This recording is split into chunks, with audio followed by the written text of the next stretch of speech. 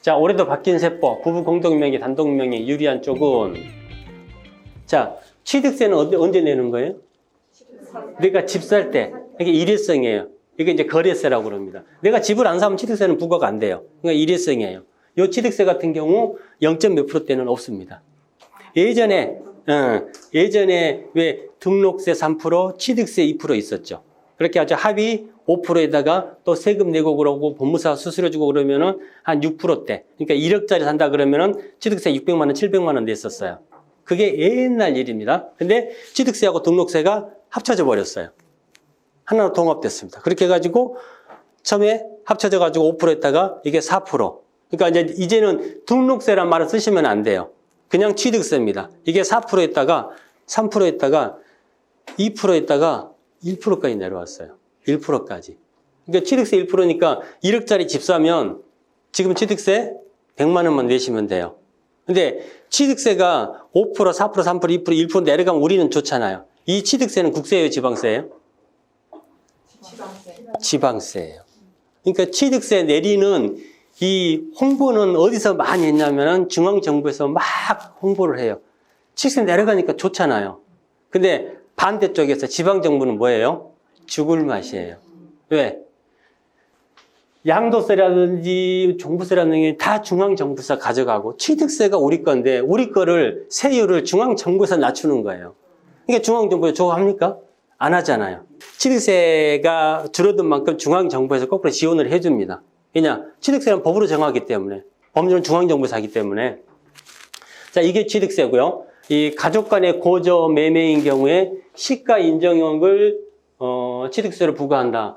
간혹 뉴스에서 10억짜리 집인데 막 3억 4억에 거래됐다 이런 뉴스 많이 들어보셨죠?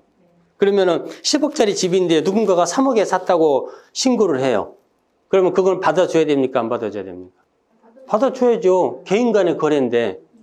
근데 이제 조사가 들어가지. 왜 10억짜리 집인데 니네가 3억에 샀느냐? 그리고 아무런 관계가 없으면은 여기다가 뭐 세금 단로라든지 할 수가 없어요.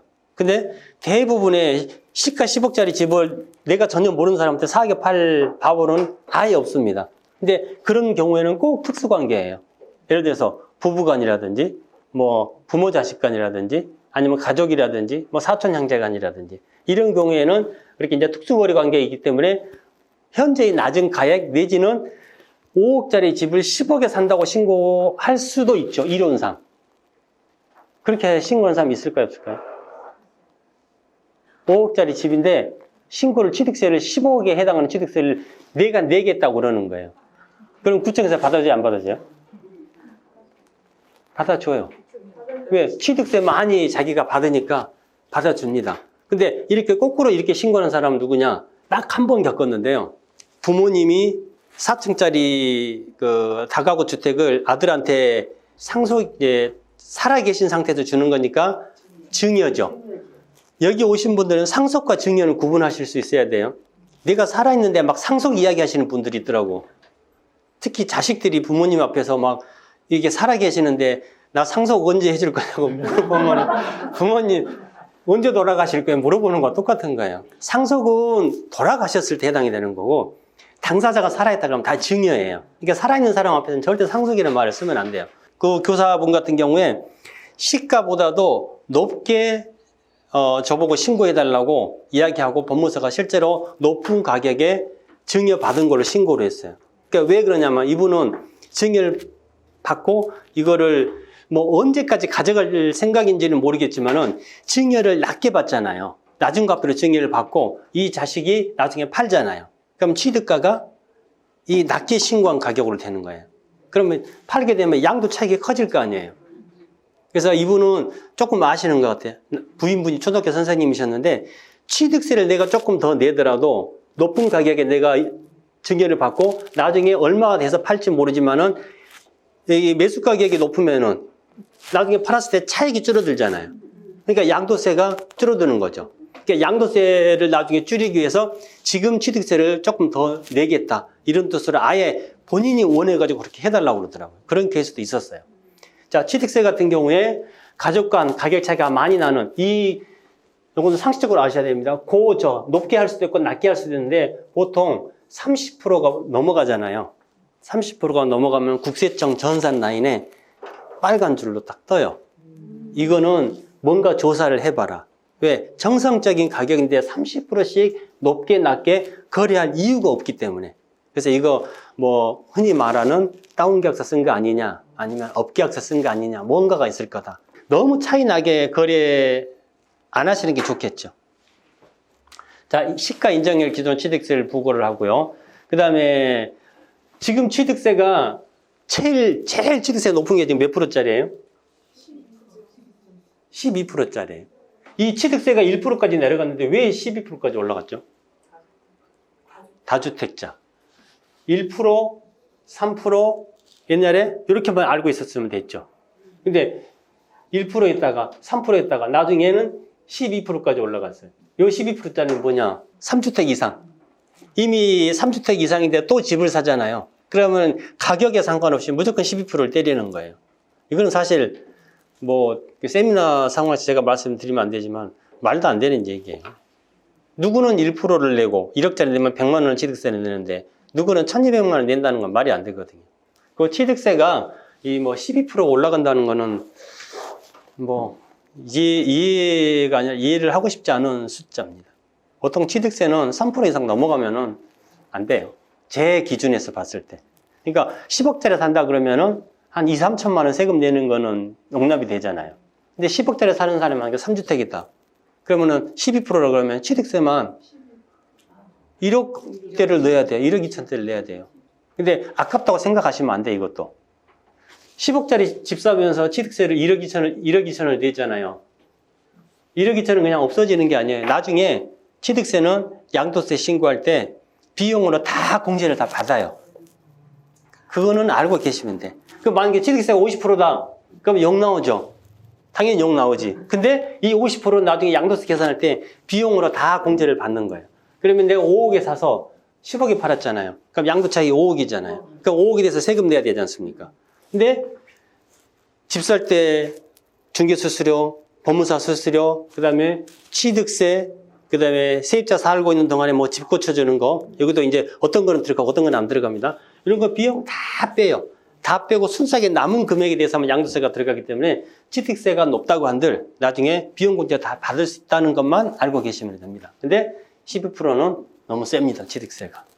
그 다음에 무주택자 같은 경우는 기본세율. 기본세율이라고 하는 거는 그냥 1%에서 기본세율은 1에서 3%짜리다라고 아시면 돼요. 네, 여기 있네요.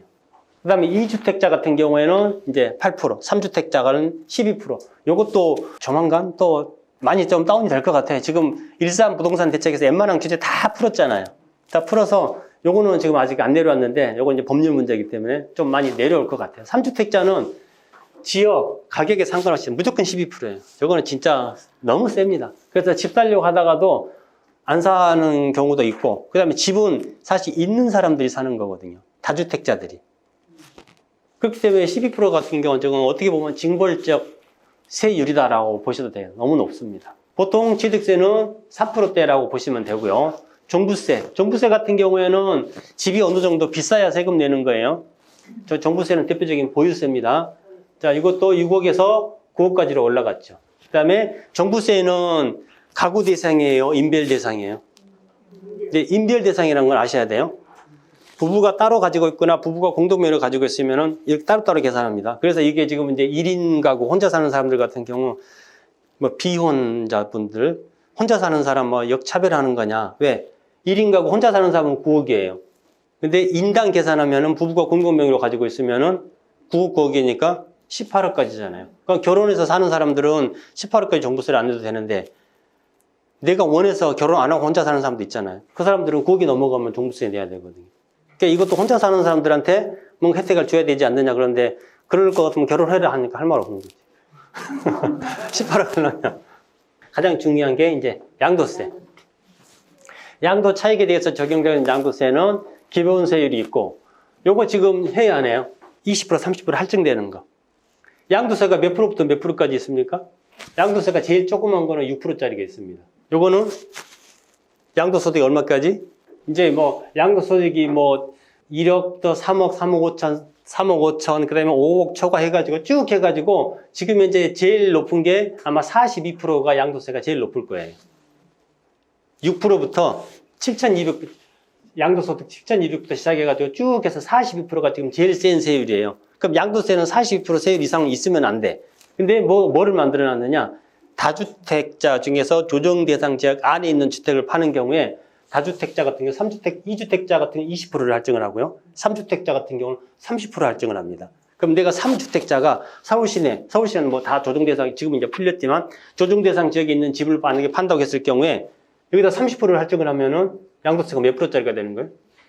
72%. 여기에 또 나중에 주민세 10% 해야 되겠죠. 그러니까 80 몇 프로 말이 그래서 나온 거예요.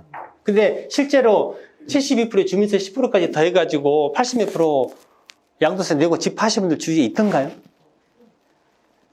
없어요. 누가 80 몇 프로 세금 내고 누가 집을 팔아요? 차라리 안 팔고 말지. 그래서 그 말이 나오는 거예요. 그래서 이번에 일산 부동산 대책 때 이게 지금 이제 없어졌어요.